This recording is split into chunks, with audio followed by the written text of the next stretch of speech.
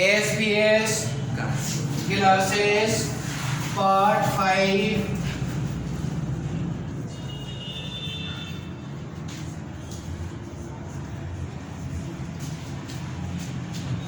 20-volt battery is in the circuit. There are 4 resistors 5 ohm, 30 ohm, 15 ohm, 10 ohm. Final current in each resistance. सभी हर resistance में कितना current होगा ये numerical में निकालना है। तो हमने देखा BC पैरेलल है, ये पैरेलल है। पैरेलल में 1/R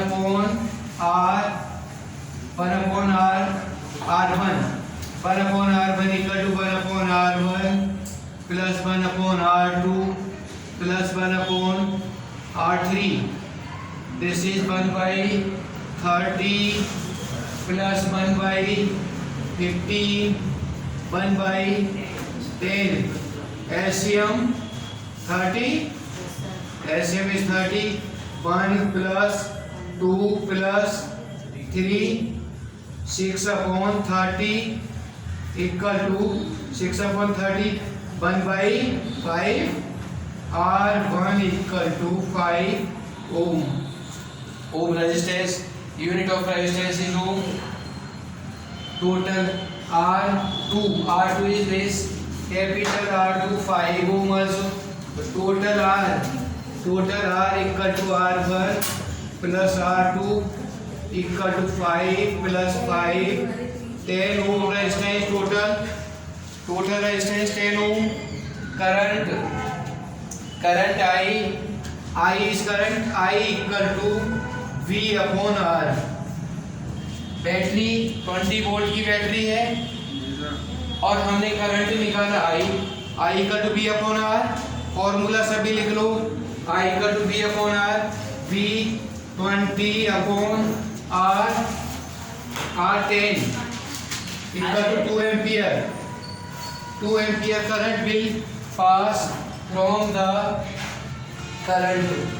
2 ampere current will be 2 ampere का करंट 5 ओम के रेजिस्टेंस में होगा और यहाँ पर जाकर के फिर रेजिस्टेंस 3 पार्ट में चेंज हो गया। अब इनमें कितना रेजिस्टेंस होगा ये भी निकालना है। तो potential difference between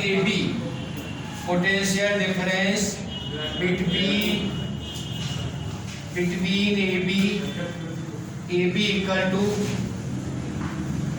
I multiply R2 multiply 5 equal to 10 volt। Potential difference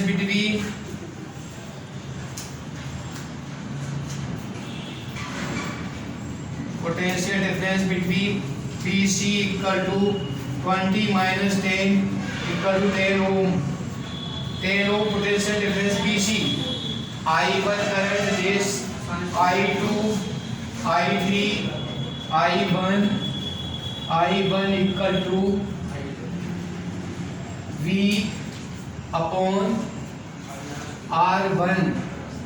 equal to 10/30 1/3 ampere। I2 equal to 10/15 equal to 2/3 ampere। I3 equal to 10/10 equal to 1 ampere। 1 ampere current fill करो तो 5 ओम में 2 ampere का current flow होगा। 30 में 1/3 ampere का current होगा। 15 में 2/3 का करंट फ्लो होगा और 10 ओम रेजिस्टेंस में करंट 1 एम्पियर का होगा। तो सभी रेजिस्टेंस में हमने करंट निकाल लिया। करंट निकालने का फॉर्मूला पैरेलल में ही होता है 1/R equal to 1/R1 1/R2 1/R3 और सीरीज में R equal to R1 plus R2 plus R3। ये करंट निकालने का फॉर्मूला है Ohm's law.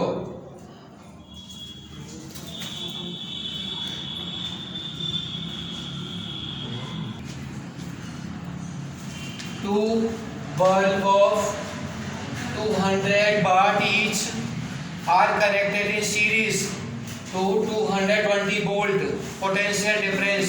What will be the power consumed by both bulbs? दो बल्ब 100 वाट के सीरीज में लगाए गए तो अब वो कितने वाट एनर्जी कंज्यूम करेंगे। हमने निकाला resistance R equal to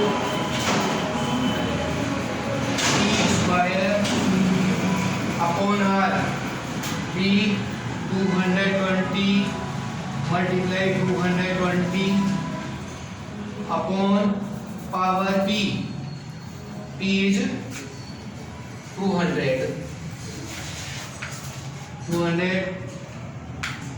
0 to 0 484 upon 242 ohm. Resistance of both R1 plus R2 equal to 242 plus 242 484 ohm. Resistance पूरे सर्किट का रेजिस्टेंस हुआ 484 ohm. I equal to V upon R, V 220 upon R resistance 484 equal to 11 2 11 4 4 से 5 11 5 upon 11 ampere. Potential difference P equal to V multiply I equal to V 220 multiply 5 upon 11 4 11 2 22 0 equal to 100 ohm. 100 watt energy will be consumed. 100 watt energy consume करेंगे। जब parallel में लगाई जा रही थी तो 400 वाट खा रही थी, सीरीज में लगाए तो 100 वाट। कितना डिफरेंस हो गया? कितना डिफरेंस हुआ? सीरीज में बहुत कम वाट खाते हैं और पैरेलल में बहुत अधिक खाते हैं।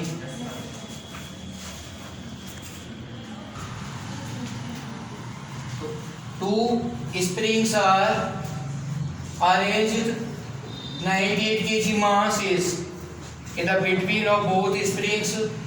The coefficient of spring constant is given 484 Newton per meter.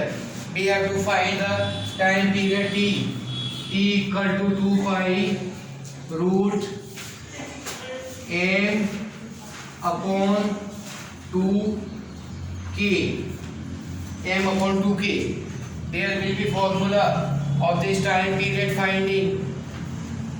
Time period 2 multiply 22, pi की value 22 upon 7, root mass 98, 2 multiply की 484,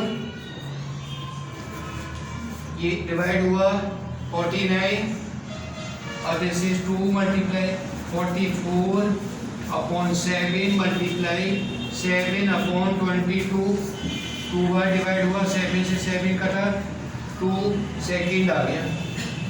समझ में आ गया? 2 सेकेंड टाइम पीरियड होगा, 2 सेकेंड में चक्कर लगा देगा। अब हमें निकालनी फ्रीक्वेंसी, तो फ्रीक्वेंसी f होता है। Frequency f equal to 1 upon t 1/2 equal to 0.5 hertz. Frequency की यूनिट होती है हर्ट्ज। हर्ट्ज। अगर कोई भी पेंडुलम अपनी मीन पोजीशन से एक्टिव पोजीशन पर जाता है और यहाँ से मीन पोजीशन, पहले देखो बाद में डाल लेना, मीन पोजीशन से इधर गया, फिर लौट के आया, फिर इधर गया, फिर लौट के आ गया, इतने में जो टाइम लगा वो टाइम पीरियड होगा, इसको टाइम पीरियड कहेंगे। और 1 सेकंड में ये जितने चक्कर लगा रहा है वो फ्रीक्वेंसी होती है। बीच में से इधर गया, फिर यहाँ पर आया, फिर इधर गया, यहाँ आ गया। 1 सेकंड में जितनी बार ये वाइब्रेशन कर रहा है, जितने वाइब्रेशन कर रहा है उसको बोलते हैं फ्रीक्वेंसी। तो हम स्प्रिंग की फ्रीक्वेंसी निकाल सकते हैं ना, स्प्रिंग की फ्रीक्वेंसी का 1/T, टाइम पीरियड का डिवाइड कर दिया, फ्रीक्वेंसी आ गई। फ्रीक्वेंसी की यूनिट होती है हर्ट्ज। हर्ट्ज होती है। तो हर्ट्ज जो भी हम साउंड प्रोड्यूस करते हैं, अगर हम बोल रहे हैं ना, तो फ्रीक्वेंसी हमें सुनाई देती है 20 हर्ट्ज से कम की फ्रीक्वेंसी हम नहीं सुन सकते। 20 हर्ट्ज से कम की फ्रीक्वेंसी कुत्ता सुन लेता है। वो जानवर ऐसे हैं जो सुन लेते हैं 20 हर्ट्ज से कम की फ्रीक्वेंसी, और 20,000 से ज़्यादा की भी नहीं सुन सकते। जो हम ह्यूमन बीइंग मानव 20 से लेकर के 20,000 हर्ट्ज तक की फ्रीक्वेंसी को सुन सकता है। 20,000 से ज़्यादा की भी नहीं सुन सकता। 20,000 से ज़्यादा की फ्रीक्वेंसी चमगादड़ जब उड़ती है ना, तो वो 20,000 से ज़्यादा की फ्रीक्वेंसी प्रोड्यूस करती है। चमगादड़ को रात में दिखाई नहीं देता, खाली वो फ्रीक्वेंसी से मालूम कर लेती है। जब 20,000 से ज़्यादा की फ्रीक्वेंसी होती है, वो किसी दीवार से टकराती है तो उसे मालूम पड़ता है, वो बच जाती है। तो आदमी केवल 20 से लेकर के 20,000 तक की हर्ट्ज की फ्रीक्वेंसी सुन सकता है। और जिस साउंड की फ्रीक्वेंसी ज़्यादा होगी वो आवाज़ सुरीली होगी, और जिस साउंड की आवाज़ जो होगी ना, जिसकी फ्रीक्वेंसी कम होगी, वो आवाज़ खराब लगेगी, वो शोरगुल होगा। जैसे हमने यहाँ पर बताया, ये यहाँ से यहाँ तक जा रहा है, मैक्सिमम डिस्टेंस है ना, इसे इंग्लिश में कहते हैं एम्पलीट्यूड होता है, और हिंदी में इसे बोलते हैं एम्पलीट्यूड, जो होता है आयाम। हिंदी में आयाम होगा, आयाम। तो अगर कोई चीज़ मैक्सिमम जा रही है डिस्टेंस, उसको एम्पलीट्यूड कहते हैं। स्प्रिंग अगर नीचे जितनी जा रही है, मैक्सिमम डिस्टेंस है, वो उसका एम्पलीट्यूड है। तो अगर किसी का एम्पलीट्यूड तो ज़्यादा है, कोई जोर से चिल्ला रहा है, एम्पलीट्यूड ज़्यादा है और फ्रीक्वेंसी उसकी कम है, तो उसकी आवाज़ बहुत बुरी लगेगी। अगर कोई आदमी चिल्ला रहा है और बहुत बुरी तरह से चिल्ला रहा है, फ्रीक्वेंसी कम है और एम्पलीट्यूड ज़्यादा है, तो आवाज़ तो तेज़ होगी लेकिन वो बहुत बुरी होगी। और जिसकी फ्रीक्वेंसी ज़्यादा होगी उसकी आवाज़ तेज़ भी होगी और सुरीली होगी। जितना भी म्यूजिक होता है, what is music? Music is the pleasing sound whose frequency is more. तो म्यूजिक जो होता है हमें अच्छा लगता है, उसकी फ्रीक्वेंसी ज़्यादा होती है, इसलिए वो हमको अच्छा लगता है। और जिसकी फ्रीक्वेंसी कम होगी वो फटा बांस जैसा होता है, उसकी आवाज़ होती है बुरी, ऐसी आवाज़ होती है। एम्पलीट्यूड बढ़ा दिया तो आवाज़ तो होगी तेज़ लेकिन वो बुरी लगेगी, वो होता है नॉइज़। जैसे noise whose frequency is less, amplitude is more. तो आवाज़ दो चीज़ों पे डिपेंड करती है, एक तो फ्रीक्वेंसी, दूसरा एम्पलीट्यूड। एम्पलीट्यूड ज़्यादा होगा आवाज़ तेज़ होगी, फ्रीक्वेंसी ज़्यादा होगी आवाज़ तेज़ होगी, लेकिन फ्रीक्वेंसी तेज़ होने पर आवाज़ सुरीली हो जाती है, वो म्यूजिक बोला जाता है। और जो खराब आवाज़ होती है वो नॉइज़ होती है। What is difference noise and music? Music pleasant, music सुरीली आवाज़ होती है, अच्छी लगने वाली होती है, और नॉइज़ खराब होता है और वो हेल्थ के लिए भी खराब होता है। ट्रक का हॉर्न है, बहुत तेज़ बज रहा है, बुरा लगता है? बुरा लगता है। उसका क्या ज़्यादा होगा? एम्पलीट्यूड ज़्यादा होगा या फ्रीक्वेंसी? एम्पलीट्यूड ज़्यादा है उसका, इसलिए वो खराब लग रहा है। तो इस सभी की समझ में आ गया ना। Real purpose of all the students I have taught you these into English the many videos you will see on the SP Singh Jadhavan YouTube channel. SP Singh Jadhavan, I have made many of the videos and I have explained all kind of the numerical of physics and chemistry, all these. This is the purpose that you have to not be hesitate.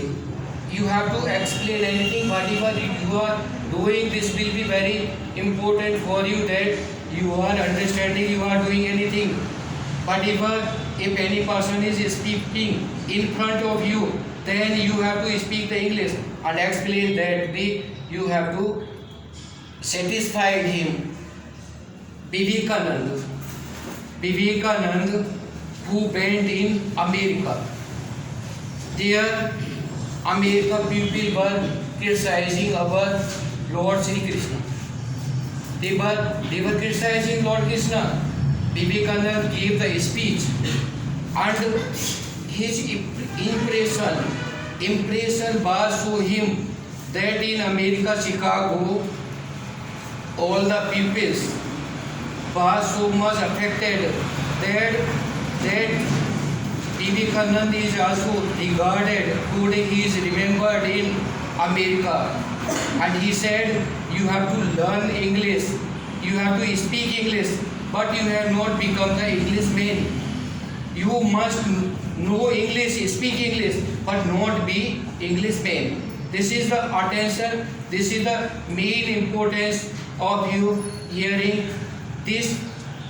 To develop the personality, this is very important that you have to learn this and never forget your culture. Whatever you are hearing, what is our culture, you have not forget, but learning the more words you have to, and also keen desire to explain anything, not be hesitate to speak the English.